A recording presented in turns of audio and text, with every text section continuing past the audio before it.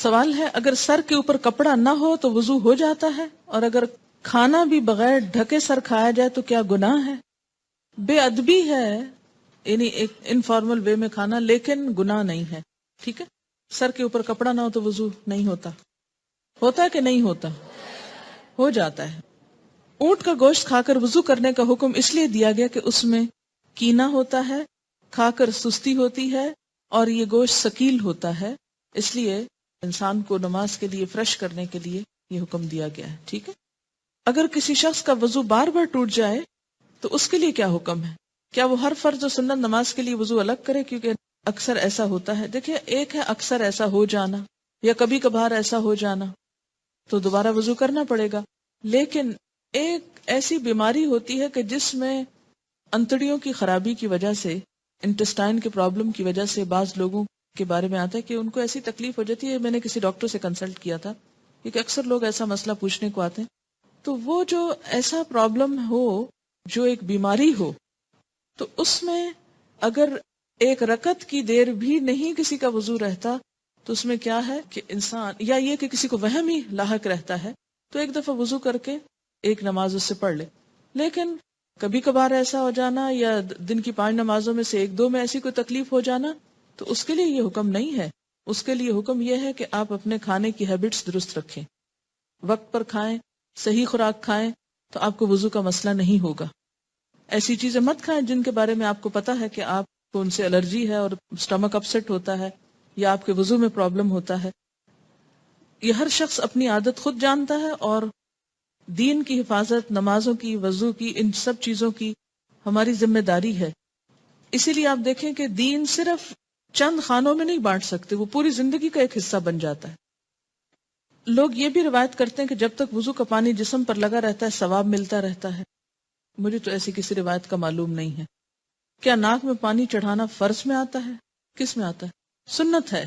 اور زیادہ اوپر تک لے جانا سنت ہے، پسندیدہ ہے. اگر کوئی نہ لے جا سکے اور خطرہ ہو کہ وہ سانس کی نالی میں چلا جائے گا، اتنا ہی چڑھا بیٹھے اور غوطہ کھا جائے، کیونکہ جب پریکٹس نہیں ہوتی تو مشکل ہوتا ہے. لیکن اس کا یہ مطلب نہیں کہ ناک کو صرف ٹچ کرے پانی آپ کا.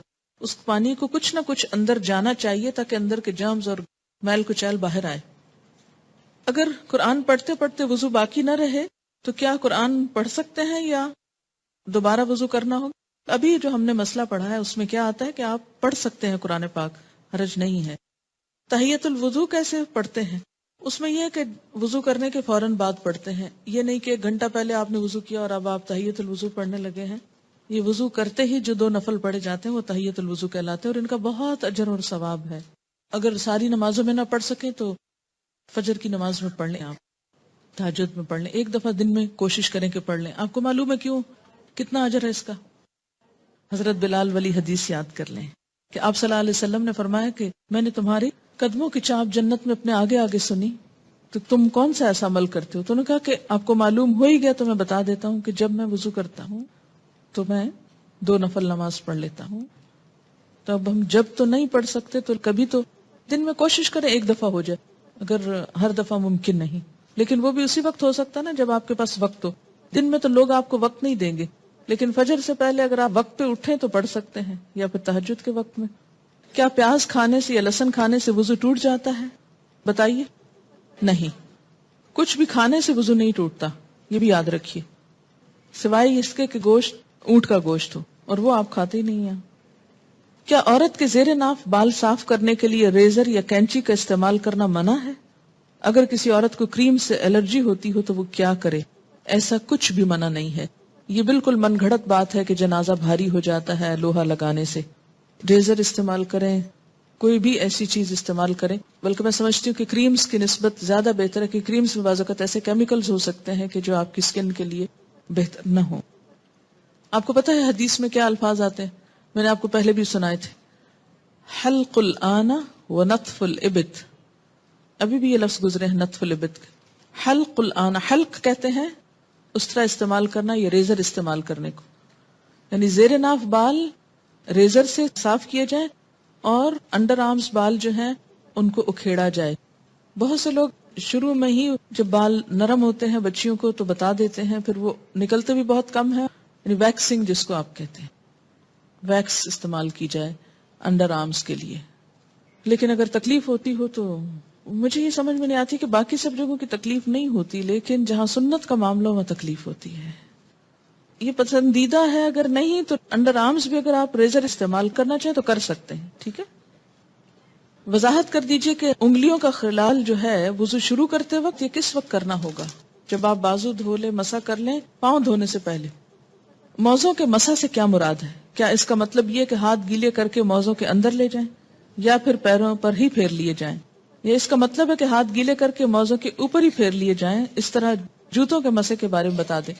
مسح کا طریقہ یہ ہے کہ پانی سے ہاتھ گیلے کیے جائیں اور پاؤں کی انگلیوں سے ہاتھ شروع کر کے اوپر پنڈلی تک لے جایا جائے. اس سے مسح ہو جاتا ہے. نیچے کی طرف سے یعنی تلوے کی طرف سے ہاتھ پھیرنے کی ضرورت نہیں. حضرت علی رضی اللہ تعالیٰ عنہ کا قول آپ کو یاد ہوگا کہ اگر دین جو ہے وہ عقل پر مبنی ہوتا تو پاؤں کے نیچے سے ہاتھ پھیرے جاتے، کیونکہ زیادہ میلا حصہ تو نیچے کا ہوتا ہے، لیکن سنت یہی ہے کہ اوپر سے ہاتھ پھیرے جائیں. اگر کوئی شخص ایک ہی دفعہ دھوتا ہے تو وضو ہو جاتا ہے، لیکن ثواب کس میں ہے؟ 3 دفعہ دھونے میں. اور اس سے آگے بڑھ کر 4 دفعہ دھونے میں ثواب نہیں، ناپسندیدہ ہے، زیادتی ہے، اسے اچھا نہیں سمجھا گیا. آپ صلی اللہ علیہ وسلم ناراض ہوئے. ٹھیک ہے، لیکن اگر جیسے صابن وغیرہ لگا دیا ہے تو پہلے آپ صابن اتارنے کو الگ سے دھو لیں، لیکن وضو کی نیت سے 3 ہی دفعہ دھوئیں، اس سے زیادہ نہیں دھوئیں. ٹھیک ہے. اگر ہم سفر کر رہے ہوں، وضو قائم ہو، راستے میں نماز کا وقت ہو جائے، ایسی حالت میں اگر بیڈ ڈسچارج ہو جائے تو کیا کیا جائے؟ کیونکہ عموماً سفر کے دوران واش رومز اویلیبل نہیں ہوتے. استنجا کس طرح کیا جائے؟ کیا ایسی صورت میں صرف وضو کر کے نماز پڑھ لیں؟ اگر تو وہاں واش روم ہے تو خود کو صاف کر لیں، اگر واقعی نہیں ہے کوئی چیز ایسی تو وضو کر کے نماز پڑھ لیں. جہاں موقع آئے وہاں استنجا کر لیں. اگر وضو کے لیے بھی پانی نہ ملے تو ایسی حالت میں صرف تیمم کر کے نماز پڑھ لی جائے. جی ہاں، کیونکہ سفر کے دوران ایسی مشکلات پیش آتی ہیں. نیز یہ کہ ایسی صورت میں کپڑے بدلنا یا ان کو کہیں ٹھہر کر پاک کرنا ممکن نہیں ہوتا تو کیا کیا جائے؟ انسان کو جب پتا ہے کہ اس کی ایسی کوئی کیفیت ہے تو اس کے لیے کچھ نہ کچھ پیڈ وغیرہ یا کوئی چیز استعمال کر لے کہ جس کو وہ وقت ضرورت پر ہٹا کر انسان مکمل پاکی کی حالت میں نماز پڑھ لے.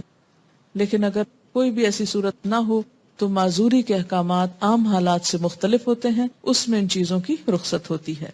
ماربل پہ تیمم نہیں ہوتا، صعیدن مٹی پہ ہوتا ہے، پتھر پہ نہیں. جس چیز پر مٹی نہ ہو اس پہ تیمم نہیں ہوتا. جیسے کپڑے کے اوپر مٹی ٹھہرتی نہیں، اندر جذب ہو جاتی ہے نا، تو اس سے نہیں ہوتا. تیمم مٹی سے ہوتا ہے، پاؤڈر سے بھی نہیں ہوتا.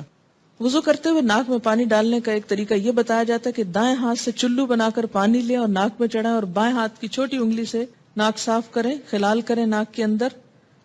جی ہاں، اگر ضرورت ہو تو خلال کریں، ورنہ ناک کا خلال کوئی سنت نہیں ہے. ٹھیک ہے، صرف پانی ڈال کر اس کو نکال کر جھاڑنا ناک کو کافی ہے. کسی کو وائٹ ڈسچارج زیادہ ہوتا اور نماز کے دوران ہی ہونے لگے تو کیا کیا جائے؟ ایک دفعہ وضو کر کے پوری نماز پڑھ لیں. ٹھیک ہے، کیونکہ بعض اوقات شک بھی ہوتا ہے، اور شک کا علاج کیا کہ ایک دفعہ آپ نماز شروع کریں تو بس پھر کنسیڈر نہیں کریں اس کو. اسی طرح بعض لوگوں کو ایک وہم کی بیماری ہوتی ہے. ایک شخص آپ کے پاس شاید آیا اور اس نے پوچھا کہ میں وضو سے تسلی نہیں ہوتی.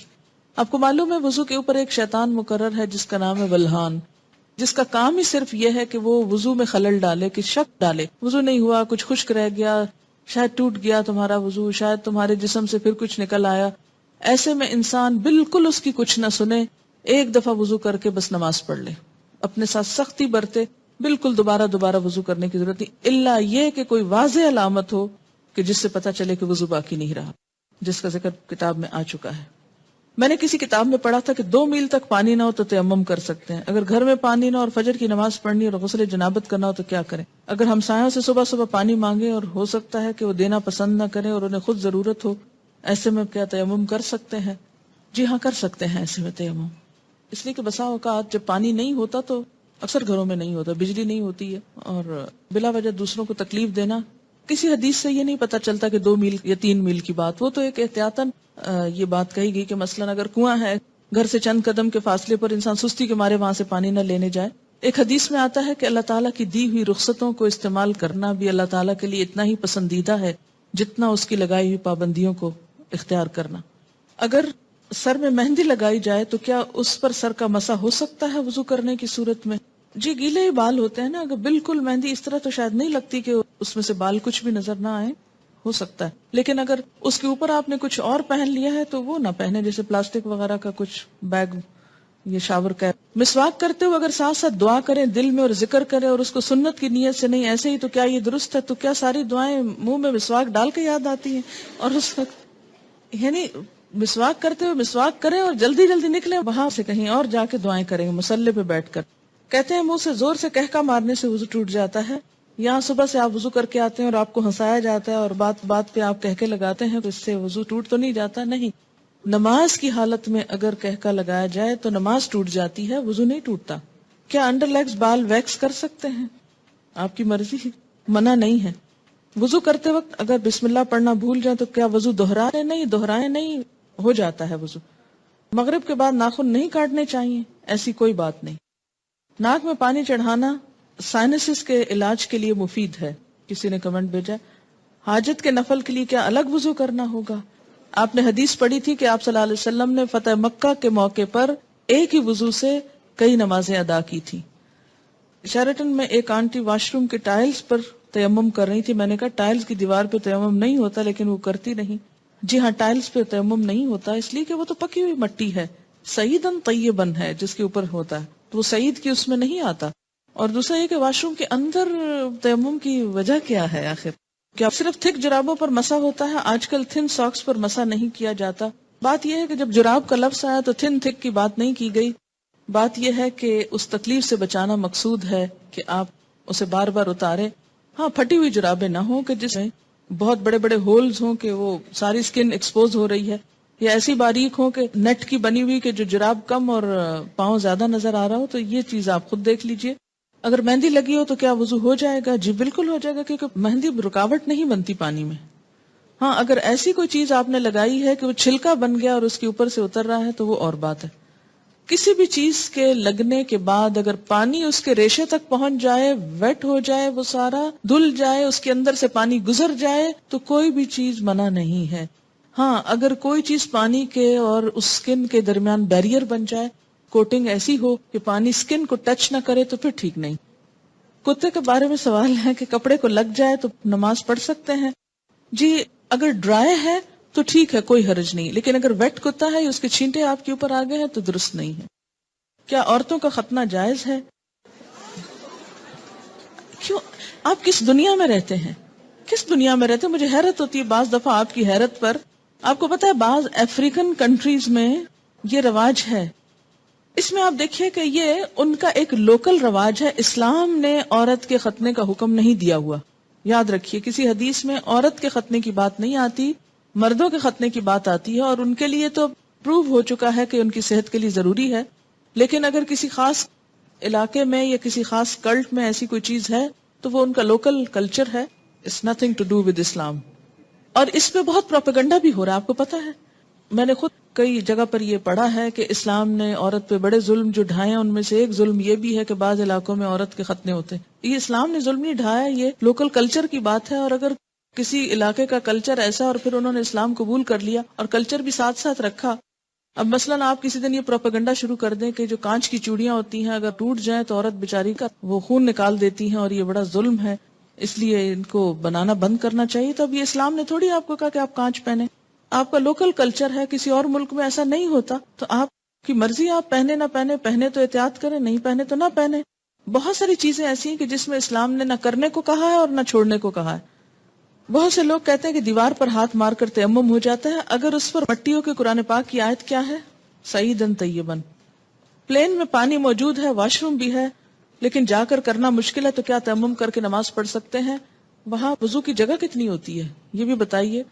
دوسری بات یہ کہ جو لمبی فلائٹس ہوتی ہیں اس میں بعض حضرات وضو کر کر کے پانی اس طرح ختم کر دیتے ہیں کہ اس کے بعد میں جانے والوں کو بیچاروں کو ہاتھ دھونے کے لیے بھی کچھ نہیں ملتا. میں خود اس بات کی عینی شاہد ہوں. اس لیے جہاں پانی صرف وقتی استعمال کے لیے رکھا گیا ہو وہاں آپ اس سے زیادہ استعمال کر کے دوسروں کا حق نہ مارے. ہاں، آپ پوچھ لیں جہاز والوں سے کہ اس میں 300 لوگوں کے وضو کا اہتمام ہے تو ٹھیک ہے، کر لیں. اگر غسل کرنے کے بعد استنجا کیا جائے تو کیا وضو قائم رہے گا؟ نہیں. اگر صابن لگاتے ہوئے یا ویسے دوبارہ انسان کا ہاتھ ایسی جگہ کو چھو جائے کہ جس کے چھونے سے وضو ٹوٹ جاتا ہے تو غسل کے بعد پھر دوبارہ وضو کرنا ہوگا. کیا وضو کے بغیر حدیث کے ٹیکسٹ کو چھوا جا سکتا ہے؟ چھوا جا سکتا ہے. غسل پاکی میں غراروں کا حکم ہے. نہیں، ایسا کوئی حکم نہیں ہے. یعنی کلی کرنا کافی ہے، گلے میں پانی ڈال کے غرارے کرنا ضروری نہیں.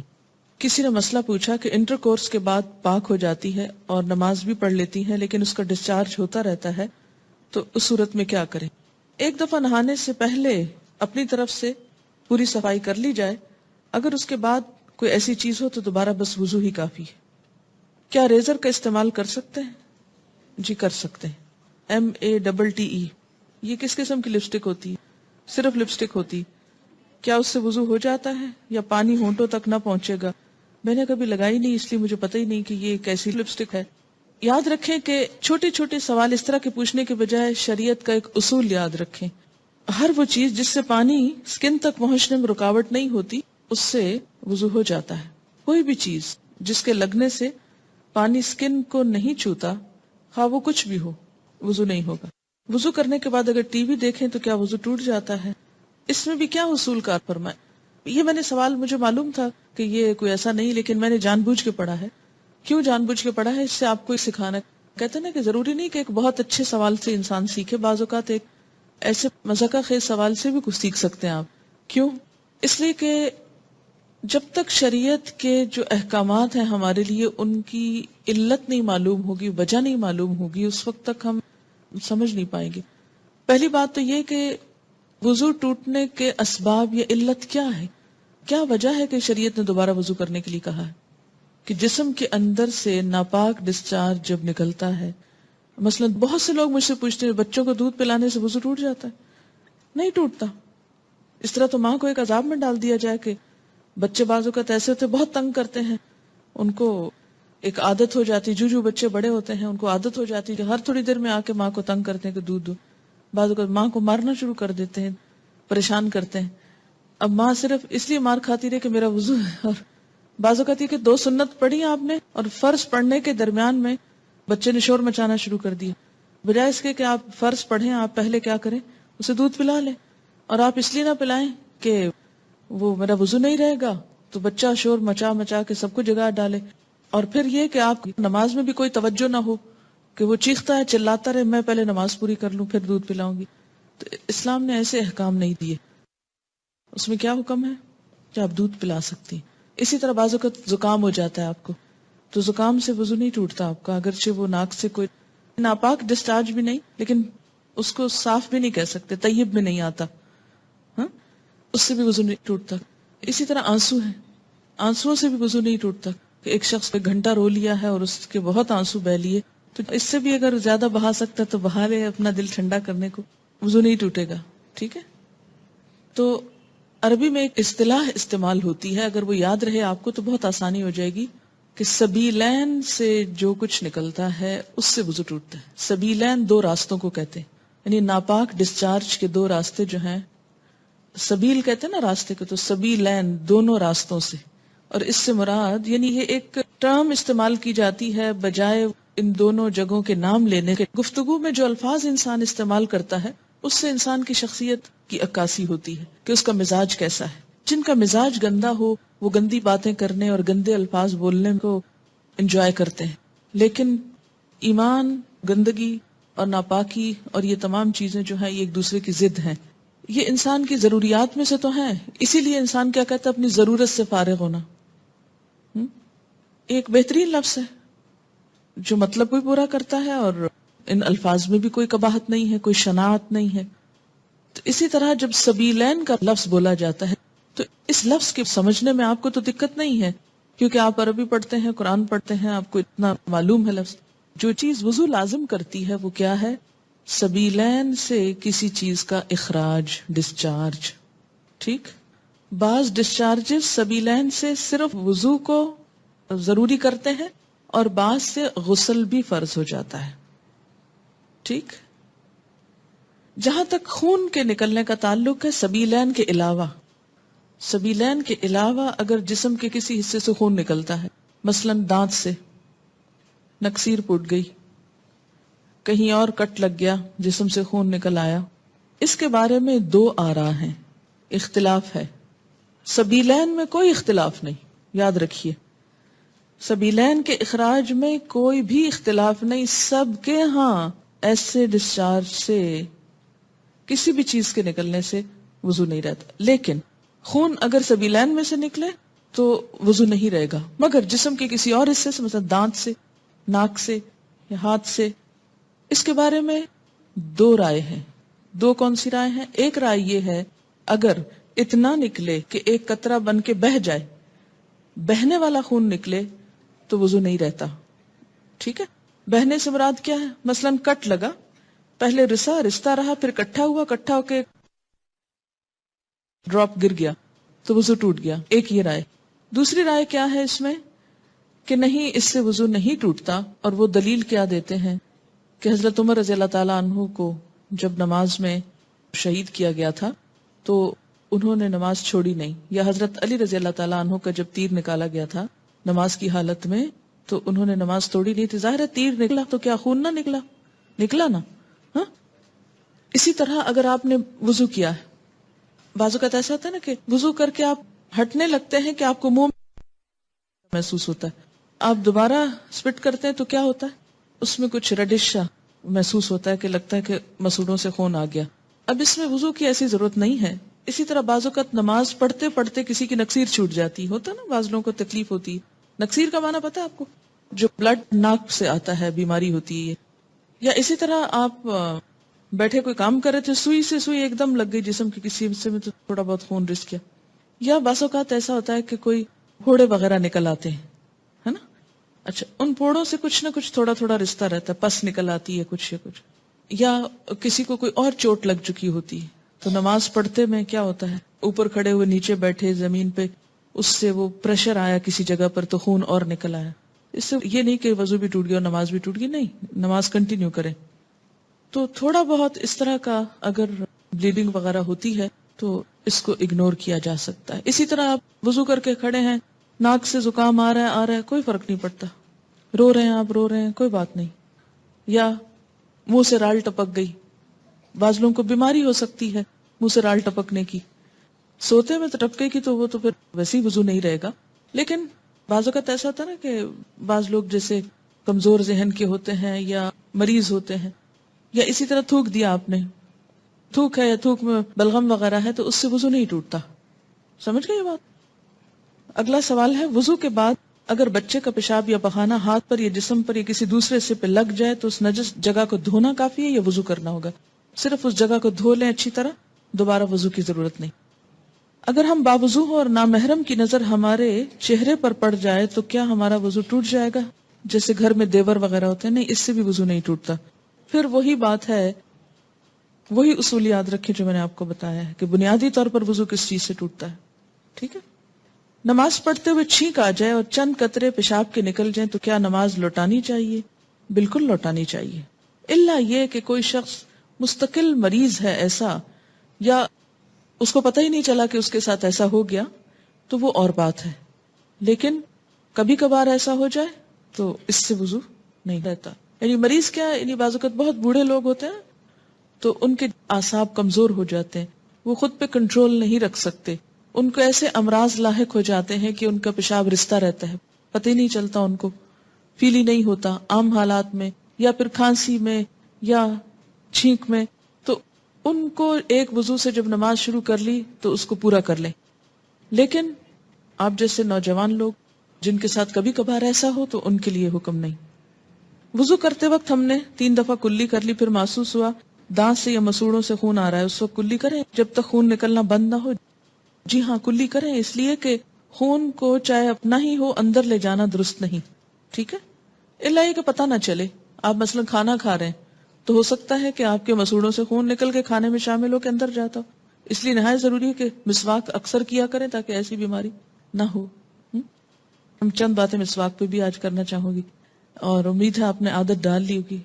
دانتوں کے خون وغیرہ کو کنٹرول کرنے کا بہترین طریقہ مسواک ہے. مسواک کے اندر ایسے کیمیکلز ہیں کہ جن کا سولوشن ان کے اوپر خود بخود ایک دوا کے طور پہ لگتا ہے، سمجھ رہے؟ اور اس میں فریش مسواک جو ہے وہ زیادہ بہتر ہے بنسبت سوکھے مسواک کے. اگر اس چیز کے آپ عادی ہو جائیں تو بہت سی قباحتوں سے آپ کو نجات مل جائے گی. بے شمار فائدے ہیں مسواک کے اور بہت تھوڑا ٹائم لگتا ہے. اگر سر پر تیل یا کریم لگائی ہو تو کیا وضو کے لیے اور پاکی کے غسل کے لیے سر سے تیل کی چکناہٹ اور کریم اتارنا ضروری ہے؟ نہیں، اتارنا ضروری نہیں ہے. مثلا آپ نے سر دھونا چاہا لیکن شیمپو وغیرہ نہیں ہے، یا ہے بھی تو آپ یوز نہیں کرنا چاہتے لیکن تیل لگا ہوا ہے، تو آپ خالی اگر سر کو تر کر لیتے ہیں اور تیل بالوں میں چپکا ہوا تو چپکا رہے، اس سے کوئی فرق نہیں پڑتا. اگر ہم وضو کر چکے ہوں اور جب تک ہم پاؤں دھو رہے ہوں تب تک باقی اعضاء سوکھ جائیں تو اس سے کیا وضو ہوگا؟ وہ کیوں سوکھ جائیں؟ درمیان میں کیا کریں گے آپ؟ کیا دوران وضو کسی پارٹ کو پونچھنا جائز ہے؟ مثلا ایک پاؤں دھو کر پونچھ کر دوسرا پاؤں دھویا جا سکتا ہے؟ نہیں پونچھنا چاہیے جب تک مکمل وضو نہ ہو جائے، کیونکہ ایک سٹریچ میں وضو ہونا چاہیے. ٹھیک ہے، آپ ایسا کریں کہ پونچھنے کے بجائے جہاں آپ کھڑے وضو کر رہے ہیں وہاں نیچے ٹاول بچھا لیں تاکہ آپ سیدھا پاؤں اس پر رکھ لیں. کیونکہ بعضوں کا جوتا ایسا ہوتا ہے نا کہ جس میں پاؤں گیلا نہیں ڈال سکتے آپ، تو ایک تو گیلے جوتے میں پاؤں ویسے بھی نہیں ڈالنے چاہیے، جوتے کے خراب ہونے کا ڈر ہے. دوسرا یہ ہے کہ چمڑا معلوم نہیں کس کا ہے، کیونکہ آپ کو معلوم ہے کہ جو باہر سے جوتے ملتے ہیں ان کے بارے میں شک ہی رہتا ہے کہ معلوم نہیں کسی ناپاک جانور کا سکن نہ ہو. کیونکہ اس دفعہ جب میں نے دیکھے کچھ جوتے تو مجھے لوگوں نے کہا کہ نہیں یہ جوتا نہیں خریدے اس لیے کہ یہ پگ کا سکن ہے. اب مجھے تو پہچان نہیں کیا ہے کیا نہیں، لیکن اگر ایسا ہو بھی سکتا ہے کہ نادانی میں آپ پہنے گیلا جوتا کر کے پاؤں اس میں ڈال لیں، اس کا اثر پاؤں کو لگ جائے، کیا نماز ہوگی؟ تو گیلے جوتے میں کوشش کریں جب تک پتہ نہ ہو کہ یہ سکن جو ہے وہ ایسی نہیں. اور دوسری بات یہ ہے کہ سکھانے کے لیے آپ پہلے نیچے ٹاول رکھ لیں، اس پہ پاؤں کو رکھ لیں، اور پھر جب دوسرا پاؤں دھو لیں تو اکٹھے ہی نیچے اس کو صاف کر لیں. یعنی کوئی بھی کام درمیانے وضو بلا ضرورت ایسا نہ ہو کہ جو آپ کو ایک ہاتھ دھوئے پھر آپ دیکھا اچھا وہ ایک چھکا لگ گیا جلدی آؤ دیکھو، وہ وہاں کھڑے کھڑے ٹیلی ویژن دیکھتے پھر واپس گئے جناب اچھا باقی وضو مکمل کرتے ہیں. نہیں، ایسا نہیں کرنا، ایک سٹریچ میں وضو کریں. بہت سے علماء کہتے ہیں اگر غسل کر لیا جائے تو وضو بھی ہو جاتا ہے، اب نماز پڑھ سکتے ہیں، دوبارہ وضو کرنے کی ضرورت نہیں. جی ہاں، یہ اسی لیے کہتے ہیں کہ آپ نے حدیث میں پڑھا کہ جب غسل کر رہے ہیں آپ تو سب سے پہلے آپ استنجا کریں گے، پھر اس کے بعد آپ وضو پورا کریں گے اور پھر جسم پہ پانی بہائیں گے اور وہ آپ کا وضو ہو جائے گا اس میں. اس لیے دوبارہ وضو کی ضرورت نہیں ہے کہ وہم کر کر کے بار بار اور یہ سوچنا کہ چونکہ کپڑے نہیں پہنے ہوئے تھے اس لیے وضو نہیں رہا، آپ دوبارہ پہن کے پھر وضو کو جاؤ.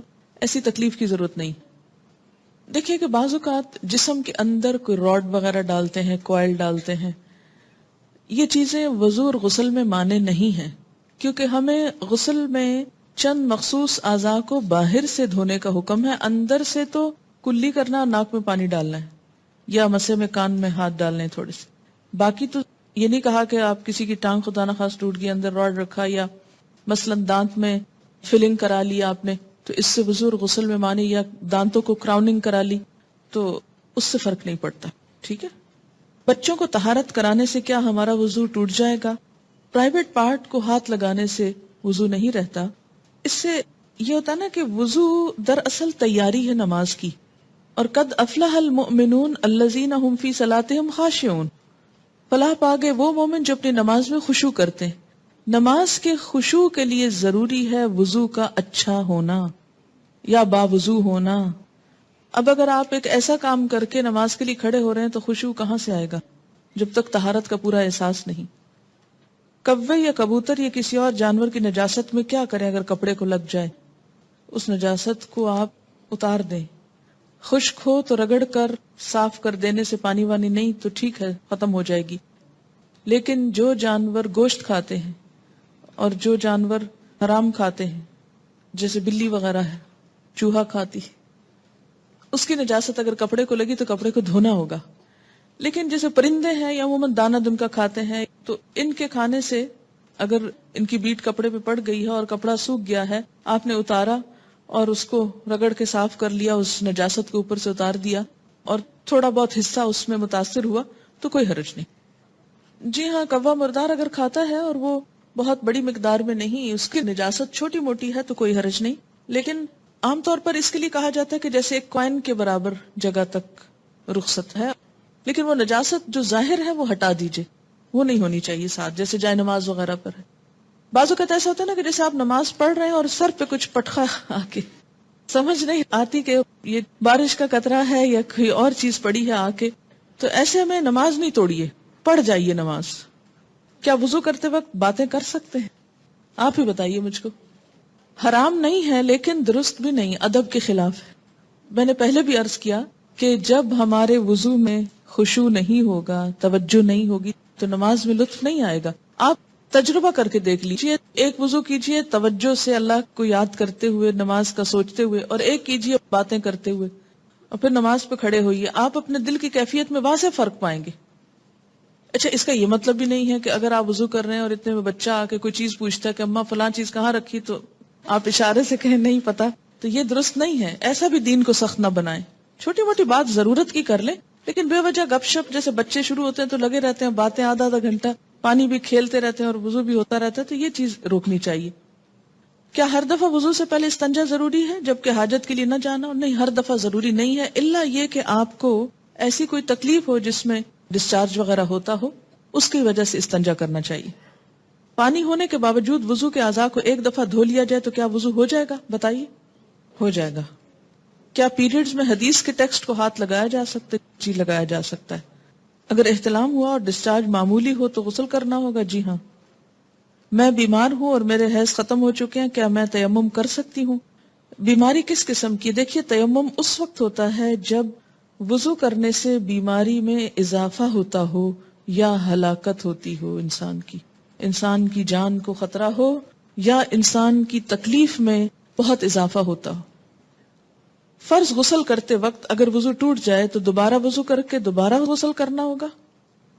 نہیں، دوبارہ وضو کرنا ہوگا، دوبارہ غسل نہیں کرنا ہوگا. ٹھیک ہے. کیا وامٹنگ سے وضو ٹوٹ جاتا ہے؟ بتائیے آپ. نہیں ٹوٹتا. کیوں نہیں ٹوٹتا؟ وجہ سبیلین میں سے نہیں ہے. لیکن ایک بات یاد رکھیے کہ اگر تھوڑی بہت خود ابکائی سی آئی ہے، تھوڑا بہت تھوک آیا ہے، کوئی حرج نہیں. لیکن اگر اتنی زیادہ وامٹنگ ہے کہ وہ نجاست میں شامل ہو گئی تو وضو نہیں رہے گا. کیوں؟ کیونکہ نجاست ہے نا اصل چیز. یعنی جو کھانا آپ کھاتے ہیں وہ پھر سبیلین سے نکلتا ہے، لیکن اب کیا ہوا کہ وہ اندر کافی دیر رہنے کے بعد ڈائجسٹ ہونے کی بجائے ناپاک بھی ہو چکا ہے، ایک طرح سے ویسٹ بن چکا ہے، اور پھر وہ دوبارہ منہ کے راستے سے نکل آیا. تو ایسی صورت میں پھر وضو کرنا ہوگا. یعنی وامٹنگ کی بھی قسم ہو سکتی ہے، ایک معمولی قسم کی ہلکا پھلکا پانی سا منہ سے نکل آیا، اور ایک یہ ہے کہ بہت زیادہ مقدار میں. ایک یہ ہے کہ خود تھوڑا بہت نکلا، اور ایک یہ ہے کہ آپ خود نکال رہے ہیں. اس سے روزے کا بھی فرق پڑتا ہے. اگر خود وامٹنگ ہو جائے چاہے کتنی بھی ہو تو روزہ نہیں ٹوٹتا، لیکن اگر آپ نے کوئی انگلی وغیرہ یا کوئی چیز ڈال کے وامٹ کیا تو اس سے روزہ باقی نہیں رہے گا. باتھ روم کے دروازے کے اندر کے حصے یا باہر کے حصے پہ دعا لگانا یا دہانی کے لیے، اس میں گناہ تو نہیں. باہر کے حصے پہ دونوں دعائیں لگا دیجئے، اندر کے حصے پہ نہیں لگائیے. ٹھیک ہے. زخم کی صورت میں کیا بینڈیج کے ساتھ وضو کر سکتے ہیں؟ بینڈیج بھگو کے آپ نے بیماری بڑھانی ہے اپنی؟ اللہ نے عقل دی ہے، بینڈیج کیوں بھگوئیں گے؟ بینڈیج کے اوپر آپ مسا بس کر لیں گے. ٹھیک ہے. اچھا، ایک اور چیز یاد رکھیے، جیسے عام طور پہ چھوٹا موٹا کٹ ہاتھ پہ لگ جاتا ہے نا، تو اس کے اوپر ہم وہ لپیٹ دیتے ہیں بینڈیج، تنی پلاسٹ وغیرہ لپیٹ دیتے ہیں. اچھا، اب اگر واقعی ایسا زخم ہے کہ اس کو کھولنے سے جرمز اندر جانے کا یا اس تکلیف کے بڑھنے کا اندیشہ ہے تو اس کو لگا رہنے دے. لیکن اگر ایسے ہی لگایا اور پھر بس بھول گئے، چھوٹا موٹا کٹ لگا بھول گئے اور اس کے بعد وضو اس میں کرتے رہے تو وضو نہیں ہوگا. ٹھیک ہے. کیوں نہیں ہوگا؟ اس لیے کہ وہ زخم تو اتنے حصے میں تھا، آپ نے اس کو بے وجہ میں سارے میں لپیٹ رکھا، اور زخم بھی ایسا نہیں کہ جس کو دھونے سے کوئی بیماری بڑھے، تو اس کو اتار دیجئے. اور آپ کو یہ تو معلوم ہوگا کہ زخموں کو لپیٹ کر رکھنے سے زخم کبھی بھی ہیل اپ نہیں ہوتے، ان کو کھولنا ضروری ہوتا ہے، الا یہ کہ وہ بہت گہرے ہوں کہ دوا وغیرہ اس کے اوپر لگا کے بند کیا ہو. پیریڈز کے بعد فرض غسل کے لیے خوشبو نہ ہو تو صابن استعمال کیا جا سکتا ہے؟ جی ہاں، صابن ہی استعمال ہوگا. کبھی ٹوائلٹ میں پہنا ہوا کپڑا زمین کو لگ جاتا ہے، حالانکہ ٹوائلٹ آج کل صاف ہوتے ہیں، کیا وہ کپڑا پاک رہتا ہے؟ پاک ہے. اگر گیلا ہے کچھ اور شک والی بات ہے تو اس کو آپ کیا کریں؟ دھو لیں. اگر کارپٹ ناپاک ہے، یعنی اس پہ بچے نے پیشاب کیا ہو، اس کے اوپر پوچا وغیرہ لگایا، اسپنج کیا اس کو، لیکن پھر بھی ناپاکی کا احساس ہو، ایسی صورت میں خشک ہونے پر اوپر جائے نماز بچھا کر نماز پڑھی جائے یا ویسے بھی پڑھی جا سکتی؟ افضل یہی ہے کہ جائے نماز بچھا کر نماز پڑھی جائے. لیکن اگر اسپنجنگ ایسی ہوئی ہے کہ اس سے نجاست کا اثر ختم ہو گیا ہے اور خشک ہونے پر وہ بالکل اسمیل وغیرہ ہر چیز چلی گئی، تو بغیر جائے نماز کے بھی نماز ہو جائے گی. ٹھیک ہے, ڈپینڈ کرتا نا اسپنجنگ کی آپ نے کس طرح کی ہے, کارپیٹ کی نوعیت کیا ہے.